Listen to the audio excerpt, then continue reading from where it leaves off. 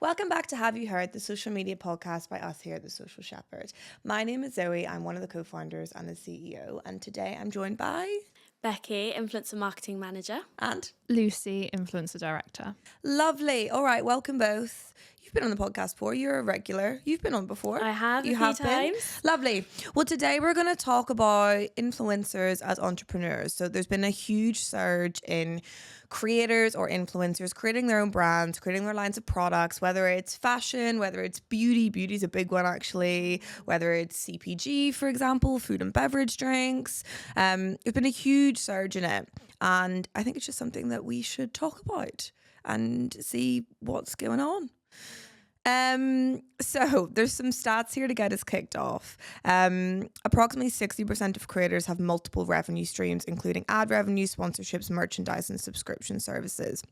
I think one of the reasons, similarly to the celebrity landscape where, you know, they can't just make money from releasing a record, for example, anymore. They have to have their fingers in lots of different pies. I feel like it's the same from an influencer perspective. So I think for you guys working in influencer marketing, what would be kind of the motivation for an influencer to go, oh, I'm going to start a brand now?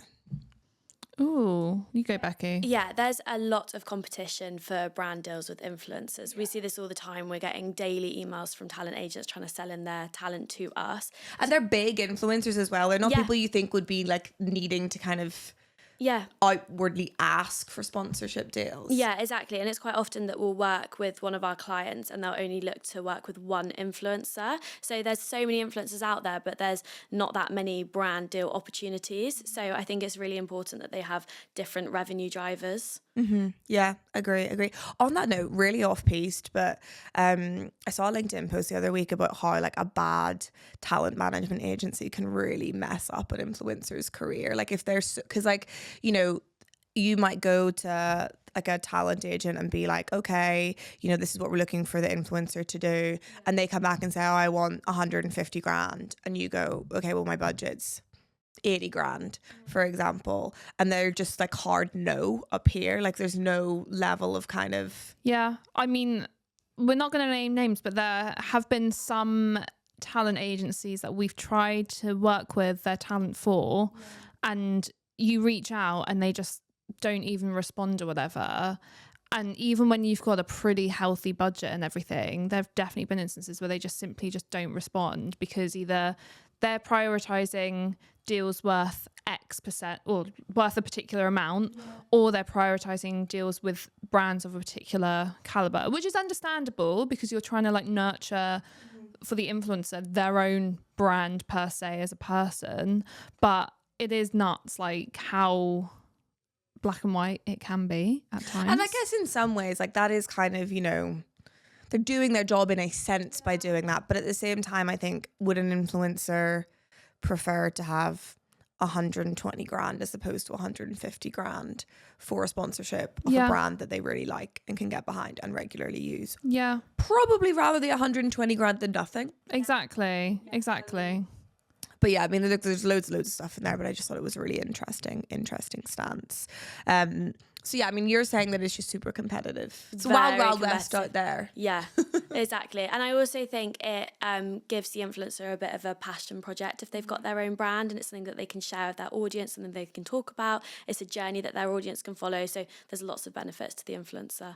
Do you think it's nice as well because I guess being an influencer is probably quite hard. Like you are your own brand and you probably have to build up a really thick skin and level of resilience to that. Whereas if you're, I mean, and opening a product line, probably you've got to do a lot of learning to build up a different type of resilience to that. But I guess it's maybe you're pouring your heart and soul into something else that has more of like a physical manifestation to it. Does that make sense? Yeah, definitely. It is like, I think we've discussed it before around like, you know, 10 plus years ago, you'd get these like YouTubers, for example, and they would just be like slapping a brand or their logo onto like a hoodie or whatever because they need to show, they'd need to show like what the bank that they could get a mortgage or something. So that was their tactic and everything. Do you remember? And there's loads of companies that still do that actually, because that's how Grace Beverly started Tala with a company that does a whole load, and then she actually bought them out of it. But what were her bands called? that everyone had. Grace Fit UK bands. Yes. Was that with the same company?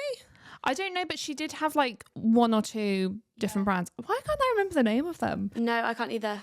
But anyway, she had these. Yeah, but there are companies though that genuinely do just churn them out, and then they kind of bring the influencer in as like the face of the brand, but they'll only have like, they won't have a majority shareholding in the business type thing. They'll have like 30 to 40%, which means that they don't have the majority control over the brand. And I think that's probably like the entry level to influencer brands. And I think Hailey Bieber talked about it a lot. And granted, now we're slipping into celebrity territory, but she talked about how like so many people go and approach celebrities and influencers and be like, hey, like I've got the product, you just need to slap your face on it type thing. And that they don't want to do that anymore. Yeah, exactly. I think it definitely has taken a bit of an evolution in terms of now you do get people who are treating them more seriously as their own business. And I think, yeah, you and I have discussed it a lot in the past around, if you're going to do this, you have to truly, like, it's not just a case of you turn up to a couple meetings and then that's that and off it goes and your business is a success and everything. You have to actually treat it like a full functioning. Yeah, you have to. And like running an e-com brand, which the majority of them are, and then you know they might get bigger and go into retail and stuff, but hard work, like really hard work. And I think sometimes people don't acknowledge that. And I think the other thing is that if you are only a 30 to 40% shareholder of something that has your face on it, you have limited control on that brand. And if the product isn't good enough, if you're not treating your customers fairly, there's only so much that you can do in order to change that. And I think we're probably seeing a wave of influencers now who are taking them more seriously than we ever have before, because they see what can happen whenever you put out a shit product. Yeah, exactly. And they see how much it can tear down your own, all the work that you've done on your personal brand up here. It can just tear that down as well completely. Because it is so transparent these days as well, isn't it? Because everyone shares so much of that journey online. Like, is it Amy Smales and everything for Obmuse and everything, and how transparent she's been about like building that up, and so many of these other influencers who have created these proper businesses. Like, you do put it out all on for show and everything, but then that's where there have been so many conversations in the last, say, like 18 months or so around the transparency with like influencers who are also brand owners and everything from like an ASA perspective and all of that. Like, it's a bit of a, I don't know, it's kind of, there's such a fine line to it all, isn't there? And like balance to I also doing think it successfully. it's quite tricky for the influencer, because if they are the face of the brand, if something goes wrong with the brand where they don't necessarily have full control of, people come for the influencer.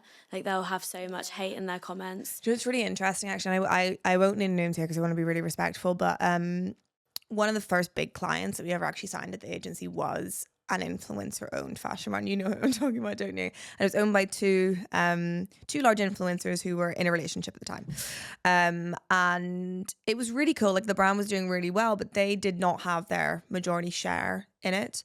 They ended up working with someone else who was trying to raise investment on the brand so that they could buy stock. And they just, the way that the budget of the brand had been managed, like the ads we were running for them were absolutely smashing it. It was doing so well. I remember looking at it and being like, I don't understand how this budget has been so mismanaged.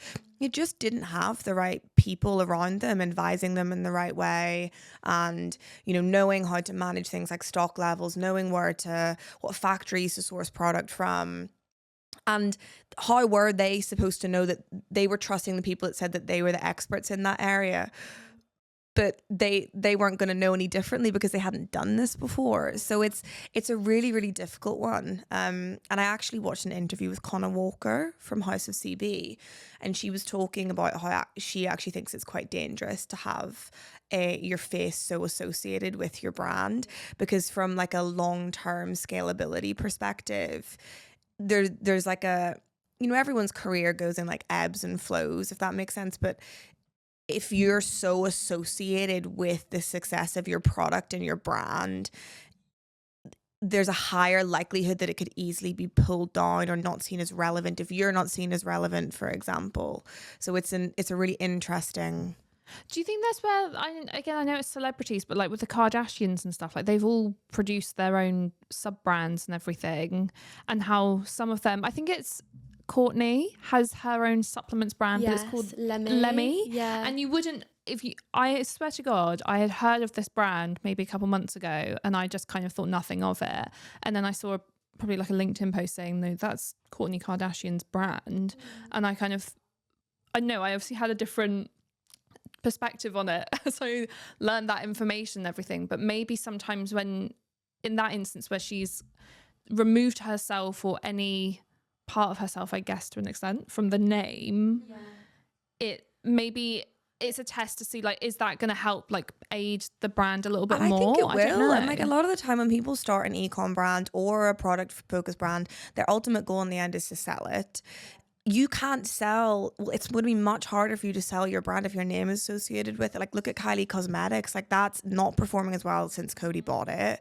Like it's a struggle to be able to do that. And also you might want to fully remove yourself from that brand at one point if you've built it up to a certain point and move on to something else. And that's going to be really tricky. Where something like Let Me Sleep, you could see a big pharma company coming in and buying that because it doesn't have Kourtney Kardashian splashed all over it. Granted, she is in the ad campaigns. She does promote it herself, which gives the brand a natural leg up from the get-go because she's posting it to her millions of followers. But the ideal, personally, if I was an influencer doing it, would be, do you get to the point where people are like, oh my God, you founded that brand? I love that brand. Not I love you, so therefore I love the brand. It's I love the brand first. Yeah. I would say, though, it does feel quite fickle and it changes so quickly, because what was kind of the go-to like playbook for success of running an influencer brand, say like 2 years ago, I feel has changed so much now, because all these points around you as an influencer being, or the talent being so heavily associated with it. For whatever reason, I'm thinking of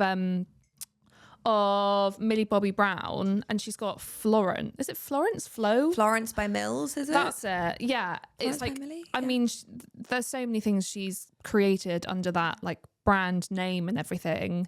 But I guess kind of that launched probably about 2-3 years ago. I don't know. And I don't know if it is as successful as maybe it was when it first launched and everything now, because there, to your point around like actually removing yourself a bit more, you may start to see a heck of a lot more success. But then we might be saying all this now, and then in 6 months, it's going to be something else again. And I guess the point to all of it is, it's just, you kind of, if you're going to be like a really successful business owner, you have to be kind of on the ball all the time. And yeah, it's not this just like quick little passion project on the side. It's got to be something you're fully invested in. Well, I think the difference is, I think it depends how much, like as an influencer, depending on how famous you are, how much money you've built up, how much cash you have in the bank type thing. You could have a little passion project on the side. You might have to self-fund it. It might not make any money. It might not be profitable. But I think there's a difference between brand and business. And do you know what I mean? You can have this like beautiful brand, but it might not be performing well as a business. And I think that's the difference between it. Because I think if we do take the Kardashians, and they're probably like some of the OGs that kind of started this sort of stuff. They've all started so many different businesses, and probably only 20% of them have actually stuck. But the ones that have stuck have done really well. So if you take Good American from Khloe Kardashian, it was doing terribly for the first couple of years. I think it had like a bit of an uplift, and then it just completely stagnated. And I think it was, she now works with Emma Grede and stuff like that, and then they've done a lot of work together. But they're bringing people in that really know what they're doing from this perspective, and also helping give them a platform too. Do you know what I mean? Like Emma Grede's become an influencer in her own right now from a business perspective, and I think that obviously they work very hard at their businesses. Like I don't think anyone can deny that the Kardashians work very hard, but I think it's nice that they're kind of publicly acknowledging that they bring other people in to support them on these things. Oh my God, what was the original name that Kim wanted to call Skims? I feel like Was it like kimono or something? And it was like cultural appropriation. That does ring a bell. I swear it was kimono. I learnt this morning that Skims was co-founded with someone else. I had no. Why did I not know about that though? Oh really? I'm pretty sure it's Emma Grede, and then she also has Good American. British lady. Yes. Yeah. And then I think she does Good American with Chloe as well. Interesting. I had no idea about that though, but well, I'm obviously ignorant to that side of things. Aren't I? Kylie Jenner clearly needs to get her on board, because Kylie's brands. Oh, not the Kai. one. Yeah, Kai. It feels a little bit strange. The clothes aren't aligned. Like there's no strong USP. No. yeah, it's a bit, and it's also not very up to date with her current style. No, So it's like not. it's all like a lot of leather, and like she actually doesn't. That's not really where she's sat now that she's with Timmy. Yes. She's more wholesome vibes now. Floral dresses. Yeah, exactly. Yeah, no, it's not really working very well. But and also like she was one of the examples. Mariah's popped some brand fails in here, but like Kylie Swim. So they rushed the launch and they had huge quality control issues. Do you remember people trying them on? Yes. This does ring a bell. I yeah. think I remember they were listed in Topshop when they first Were came they? out. I think so. I might have got that wrong. Interesting. But yeah, they had so much backlash from that. So much backlash. I don't think it's a thing anymore. Kai Swim, and I think it's she now not. has her. Do you ever Kai. get moments where you're just like, so much happens all the time? I'm like, what? How? This is all like scratching something in my brain, but I've like totally forgotten about it. Yeah. It's I mean, there's been a lot. I mean, that's actually a good place for us to kind of start. Is so we've got Mr. Beast has Feastables. I mean, but he's huge. Do you know what I mean? Like that, and like also seems like a really nice person as well. He does. Yeah. And I also think he's got a younger fan base, and younger people tend to like the more like commodity Yes, influencers. exactly. Especially if you think about Prime by KSI and Logan Paul, and the fact that they were selling for £20 a bottle and there was massive queues outside to get hold of them. And I think it's because that tapping into that younger audience. But Feastables is actually maintaining its hype a little bit. And I think one of the reasons is they've partnered with really experienced operators to scale their logistics and retail. So I think like Prime, I'll Google it in a second, but I don't know if it's maintained its hype because I kept seeing it in like, I'm so sorry if anyone works for Fraser's Group, but like in Sports Direct for like 20p.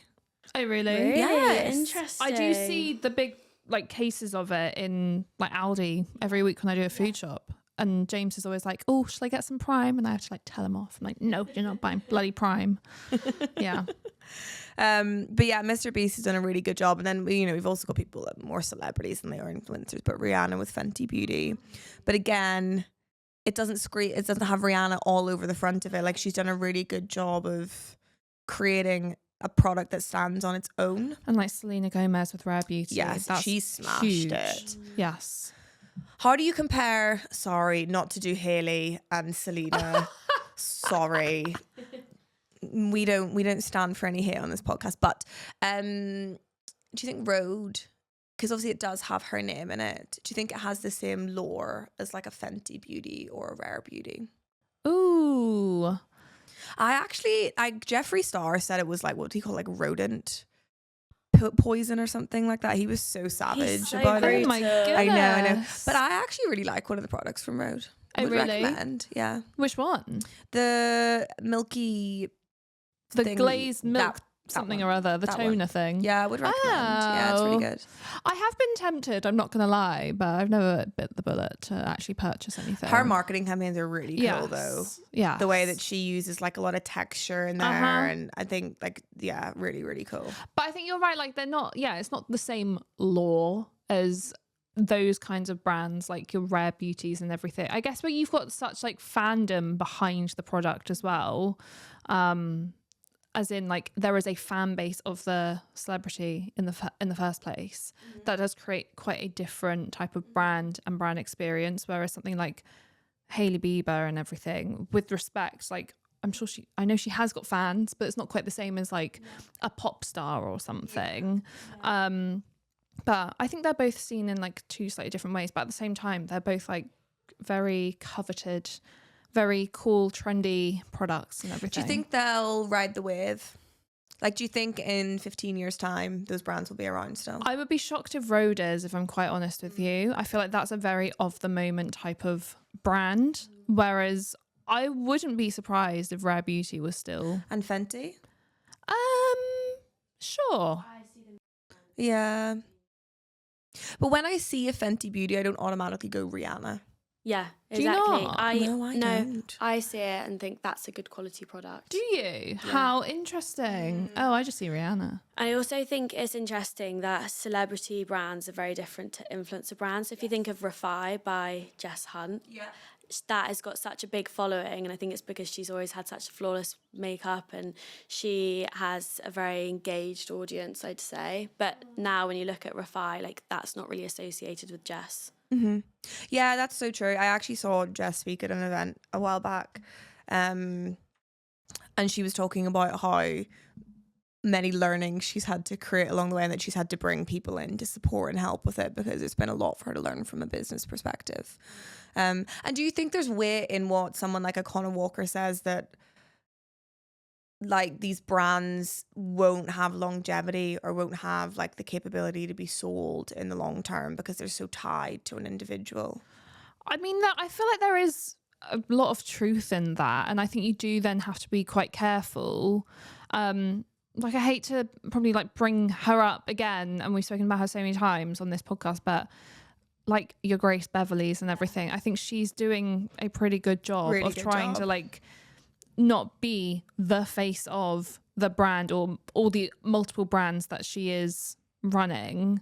And I think there's a good lesson in taking that bit of advice from Yeah, him. and I guess it depends what you want as well. Like some people might want to, maybe they only want to be involved in the creative side of it, and they want to bring product specialists in, and they want to run it slightly differently. And you know, maybe for someone like a Hailey Bieber, who is a model traditionally, quite a creative person in fashion, that maybe is what she wants to. I don't know her involvement in the business. Hailey Bieber, don't come for me. But then you take someone like a Grace Beverly, who clearly loves the business side of it as well. So it depends what you want from it.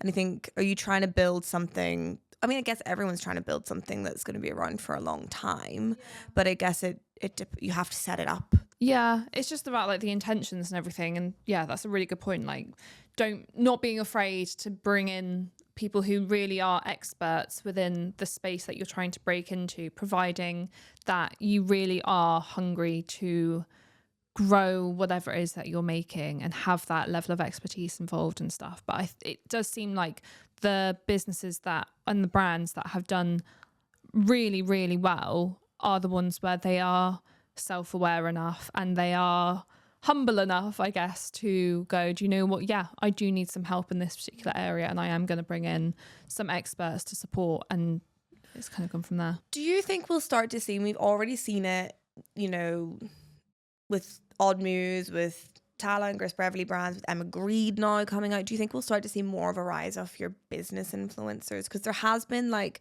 we went through a period there, it was all like very much about like hustle culture. Now we've gone through this phase where everyone coins on about work-life balance, and now we're kind of coming out the end a little bit where there's quite a lot of vocal people who are influencers. They've had business, like I know Emma Grede just did an interview with Stephen Bartlett where she was like, work-life balance is literally a lie. Like, I don't agree with it, I'm not gonna lie. But like, I do think we're coming at the other end of it where we'll start to see more influencers talk about like the business side of things. Oh, I don't know. Maybe. I mean, I guess there is a wave in people wanting to hear more from people on that side of things. Possibly. I think it is interesting to see people who have a profile go through something that maybe you wouldn't expect them to like know about, I guess. And so obviously, yeah, that there is like undeniably there's been this huge rise of people like launching these brands, businesses, blah blah blah blah blah, and like actually showing that they're so ingrained in growing that business and everything.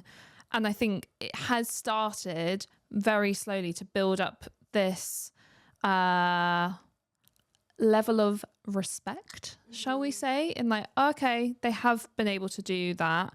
I am really interested to know a little bit more around how they got there and everything. So that is, I don't know. That probably is kind of something we might start to see a little bit more of. Do you think there's any level of like spite towards influencers because people are like, well, you already have a load of money. Why do I need to give you even more money by buying your products? Definitely. Okay. Yeah. Oh, 100%. Yeah. I think that's why they have to be really strong salespeople, and they have to like talk through the product and show that it's ingrained into their life as well. Exactly. Yeah, 100% this. But I mean, I think just like being an influencer in general, people still do think like, oh, what? It's just picking up your phone and doing some content. Like, it's not that hard and everything. Like, there is still this attitude. Yeah. And like, I'm not going to sit here and be all like, oh God, it is like, it's such a hard thing to do because bring back the classic, like it's not ER and all this kind of stuff. Like they're not saving lives. I guess the point is though, it is probably quite difficult to put so much of yourself out there and be so exposed to like public criticism and people to say whatever the hell they want to say about you and everything. Like that must be hard from like a resilience and kind of mental kind of perspective and everything. And I think what we always see is these people who they start off small, they suddenly are bubbling up, they get really, really big. Everyone loves them, everyone's celebrating them, but then suddenly the downfall happens. It always happens. And like, I think that's when you start to get these people kind of come out of the woodwork and everything. And that's when they start to become really, really resentful and just so nasty about them. So if there is an influencer who is then launching their own business and everything, like you will always have people being like critical of you no matter what. And particularly in like a position like that, like of course there are going to be people, particularly when everything is so transparent and you see, you know, they're getting all these brand deals and everything. Oh, and they're also doing this, you know, you see people go on to like Company's House and everything and like dig into there. Do they? Oh, 100%. Lucy. Yes. No. But is it like people do this? There are like, you see people get so transparent around like, oh, this influencer's business didn't do very well this year and everything. It was really irritating. They don't really have an American version of Company's House. You can't snoop as Oh, much. really? Not. Oh. No sleuthing. I don't know what my point was there, but I just think like people are just you do bitter. get it. Yeah. I mean, you do see it, but I think and like as a society, like as much as we Probably don't want to admit it. Everyone's Sometimes we don't. nosy. Sometimes like people Yeah. don't like to see other people doing well. Exactly. And then they get frustrated and they're like, well, how did you get that? And I got Yeah. this and stuff like that. And, you know, there was actually really interesting. I can't remember where I saw it, but it was some influencer event. It might have been the YouTube awards. I can't remember. But they were talking to influencers and asking them like about how hard their job is, and one of them was like, my job's not hard. Yeah. Like, yeah.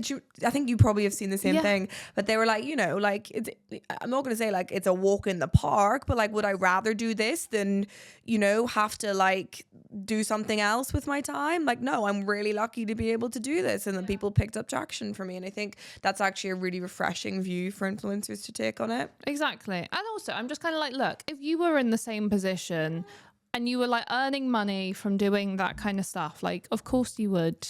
Like, we all need to be entertained. We all Exactly. need someone to be making TikToks. Exactly. I just So take a look at yourself if you're being that angry. I and agree. everything, you I know? agree. Let's Go take do a the moment for work. some reflection. One that I do want to talk about is Emily Chamberlain's Chamberlain Coffee. Yes. What do we think about that? I feel like I did see something at the weekend around how it is in a particular, I don't know, it was like discounted somewhere in some Oh, really? You should have a look in and like see how a it's Target performing. or something like that. I don't know. I think the way it was being shown was kind of to really cheapen the brand. It was almost to take a bit of a hit at like her and like, you know, she's now being stocked here or something. But this is a But I'm like, difficult thing. Is it like all products at some point go into discount? exactly. Yeah. Like, so...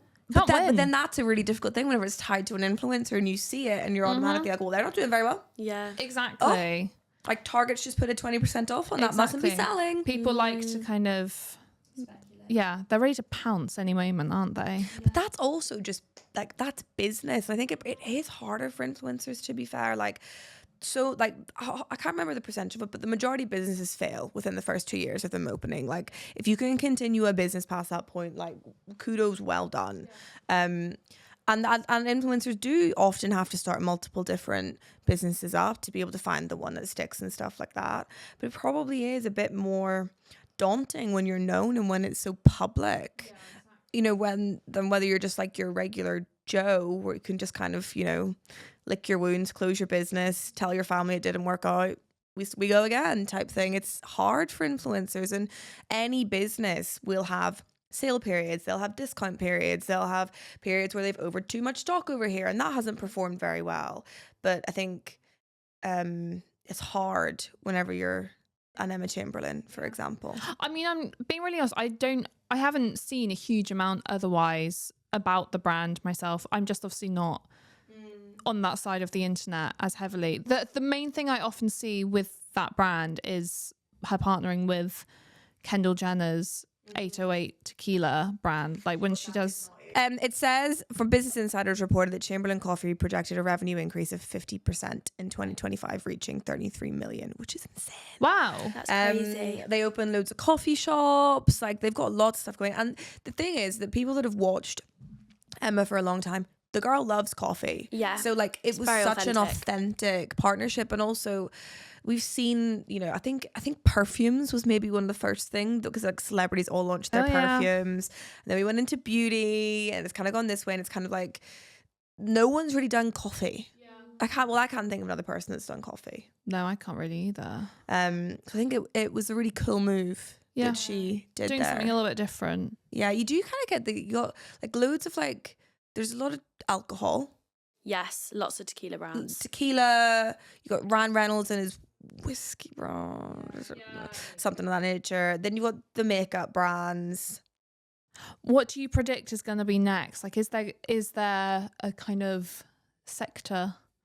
Well, I mean, I think But you people can always think. try fashion, but fashion is hard. Beauty and fashion are really hard. And like, yeah, and you've got to buy so much stock, and you've got like, yeah, because like we talked about earlier about SLA, Sarah Ashcroft's brand, that went under. I can't quite remember what had happened. I think it was something to do with a supplier or something of that nature. But there's so much to deal with. And if we look at like the tariff situation in the US, for example, that's screwing over so many businesses that maybe, you know, like if we look at Odd Muse, we look at Tala, like both Grace and Amy have been very, very honest about the fact that they've had to pull products out of the US market, for example, because they would have to hike the prices up so high. And there's just so much that you've got to deal with that you wouldn't have to deal with if you didn't have the brand. But then I guess if you do have people that are handling that for you, you're not handling it. But the stress and anxiety of knowing that it's something that could potentially topple your business over, that's going to be a lot to deal with. Yeah, 100%. I have no idea, actually. That's a fair point to raise around the whole like tariff side of things, because when you think about how so many products are produced in like China, for example, like that is going to be a bit of a struggle, particularly if you are a US based influencer. But of course that kind of impacts things far and wide. But I have no idea. I can't predict. I was going to think something to do with like running, because I feel like particularly in the UK we're seeing a lot of like running-esque influencers on the rise, and I sort of wonder if there's anything there. Subscriptions, like, do you think that could be a thing? Because you know you've got the is it Bronte King has the gals who XYZ. Like I actually do think that could be quite a cool thing. More like community. Yeah, where you subscription. That's a fair point. Because there is like a whole thing about like people like struggling for like adult friendships and stuff like later in life, and that could be quite a nice thing for people to do. You're not going to make as much money doing it as you are like, you know, having a product that's going to do really well. Sure. But if you build that community, then you can release a product. Yeah, true. I'm really mindful of time. So what else we got to talk about? Oh, sorry, Lucy, Addison Rae's Item Beauty. That did not do very well. I mean, as of, you know, Addison Rae's biggest #1 fan, I actually had no idea she had a beauty brand. Oh, so Lucy! Yeah. Interesting. But you know, she's now just rebranding as straight up Addison. Her album, No More Rae. No, so interesting. in the press release for her album, it said like her first and last album as Addison Rae or something like that. So she's gonna drop the Rae. Whoa. Yeah. After this album, She's gonna be, what's it called? Is it a moniker? No. What's it called when you're just like a first name sort of person? Oh, But it's got a term that Yeah. you call people like that. well, like Rihanna or Kylie. Madonna. Zendaya. I'm naming the classics here. Beyonce. Britney. David Dobrik also had a brand that went under. Dispo. Yes, I was reading into that earlier because I hadn't actually heard of it before. I think he was cancelled or involved in a scandal, and then as such the brand started going downhill, so he had to take a step away from that, and that was probably his co-founder's decision or the board's decision. But yeah, I think we will continue seeing more creator brands, but I think I also wouldn't shock me because there's this sort of kind of thing now where everyone is like, well, if you're going to own a brand or you're going to own a business, you have to be the face of your business and you have to be able to do it. And that is one route to go down 100%. But it will take your business in a slightly different direction. Whereas it might be harder in the long term to build up a brand that has fans of just the brand. But maybe it does you better in the long term. What do you think? It's a hard one. I feel like to launch it, being associated with it, if you've got that public profile yourself, it makes a lot of sense. But longer term, you probably do want to, I don't know. I think longer term it needs to be a brand in its own right, and it can't be too closely tied to the influencer. But that goes back to like every kind of like business practice. Like they always say, like as a business owner, like as you scale your business, the first thing you should do is make yourself redundant, because that means you built a team enough that's strong enough without you being there, and then you can focus on taking the business to the next level. So I guess it's kind of the same for influencers. Like start your business, grow it, but at some point that business has to stand on its own 2 feet, and it cannot be over reliant on you. Sure. Gosh. Daunting. Exciting though. No? Yeah. It's very exciting. Yeah, I'm interested to see how everything's going to evolve, because it all just it's we're seeing the same thing in the celebrity market as well. Like it's the two are echoing one another, but there will be another wave of things which is a different type of income for celebrities and brands and stuff like that. So it'll be a really interesting one to kind of come about. Final question. So if you guys were working on a partnership and you had signed an influencer, contracts were about to go through, and they had a personal brand and there was a huge backlash, one of the products, I don't know,